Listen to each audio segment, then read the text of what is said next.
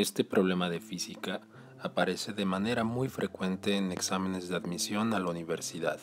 Es concretamente un problema de dinámica donde por medio de las leyes de Newton tenemos que calcular la aceleración en un sistema que consiste de dos masas atadas a una cuerda que pasa por una polea. He tomado un ejemplo concreto. Dice dos bloques de masa m y 5m están conectados con una cuerda que pasa por una polea cuya masa es despreciable y no presenta fricción. Nos preguntan cuál es la aceleración de las masas en términos de la aceleración gravitatoria g, y las opciones que nos proporcionan son inciso A 4g, inciso B 5g, inciso C 6g, inciso D 4/5 de g e inciso E 2/3 de g. La física de la situación es demasiado simple.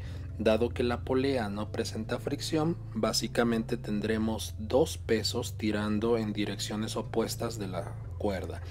Del lado izquierdo tenemos el peso correspondiente a la masa m, que sería m por g, mientras que del lado derecho tenemos el peso que va a ser 5m por g. Estos dos pesos son distintos, por supuesto es mayor el de 5m por g, de tal forma que el sistema se moverá en esa dirección con una aceleración que se puede calcular por la segunda ley de Newton. Vamos a simplificar la situación a un esquema más sencillo. Tendremos que las masas están afectadas por sus respectivos pesos tirando en direcciones opuestas. Y para ver la situación de una manera más general, vamos a denotar las masas como M1 y M2. Por supuesto, M2 es mayor que M1, con lo cual el sistema se mueve hacia la derecha con una aceleración A. Como mencionamos, esa aceleración se calculará al plantear la segunda ley de Newton. Las fuerzas que aparecen en la figura corresponden a los pesos, de tal modo que el peso que tira hacia la izquierda es masa 1 por gravedad, mientras que el que tira hacia la derecha es masa 2 por gravedad. Así, la segunda ley de Newton establece que la suma vectorial de las fuerzas tiene que ser igual a la masa total del sistema por la aceleración.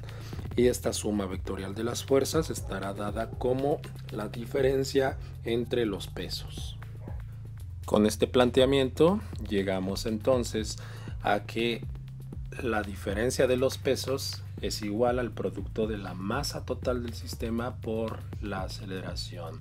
Aquí vemos que del lado izquierdo tenemos un factor común que es la gravedad. Vamos a factorizarlo y la masa total del sistema debe de ser la suma de las masas M1 más M2. Realizando la factorización y la sustitución de lo que es la masa total del sistema, tenemos entonces que M2 menos M1 por G es igual a M1 más M2 por A. Basta con pasar dividiendo el factor de M1 más M2 hacia el otro lado de la ecuación, aplicamos la propiedad reflexiva y con esto tendremos la aceleración. El sistema se mueve por lo tanto con una aceleración que está dado como una fracción de la aceleración de la gravedad. Vamos a analizar esta fracción que consiste de una diferencia y una suma de las masas.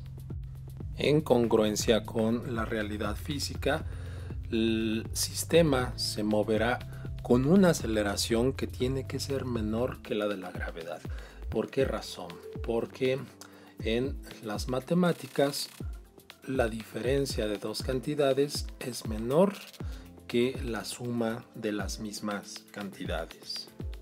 Esto se expresa de la siguiente manera. Tenemos que el numerador de la fracción M2 menos M1 tiene que ser menor que el denominador de la misma fracción M1 más M2. Con esto, el factor que está multiplicando a la gravedad es menor que la unidad y por lo tanto la aceleración A tiene que ser menor que la aceleración de la gravedad. Regresando al problema, tendremos que las opciones que nos proporcionan desde el inciso A hasta el inciso C se van a descartar. ¿Por qué razón? Porque son valores de aceleración que superan a la gravedad. De hecho, son múltiplos de la gravedad. En el inciso A tenemos 4 veces la aceleración de la gravedad, es imposible. En el inciso B, 5 veces la gravedad. Y en el inciso C, 6 veces la gravedad. Vamos a ver entonces cuál de las dos opciones restantes es la respuesta correcta. Sustituyendo los datos de m y 5m, tendremos que la aceleración será la diferencia en las masas en el orden masa mayor menos masa menor, es decir, 5m menos m, que dará 4 veces la masa. Entre la suma de las masas, 5m más m dará 6 veces m. Todo esto multiplicado por el factor de la gravedad, las masas se cancelan y nos queda una fracción de 4/6. La fracción 4/6 se simplifica sacando mitad a 2/3 de la gravedad. Esta será, por lo tanto, la aceleración. Nuevamente, de regreso al problema, tenemos que la respuesta correcta es el inciso E.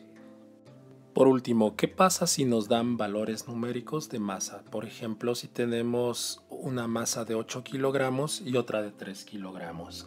Aquí vamos a hacer una sustitución. Tenemos la diferencia, 8 menos 3 kilogramos, eso dará 5 kilogramos. La suma va en el denominador, 8 más 3 kilogramos dará 11 kilogramos. Todo está multiplicado por el factor de la gravedad, se cancelan las unidades de kilogramos y nos quedaría una fracción de 5/11 de la gravedad. 5/11 multiplicado por 9.8 es aproximadamente 4.45 metros sobre segundo al cuadrado. De esta manera se movería todo el sistema hacia el lado de la masa de 8 kilogramos.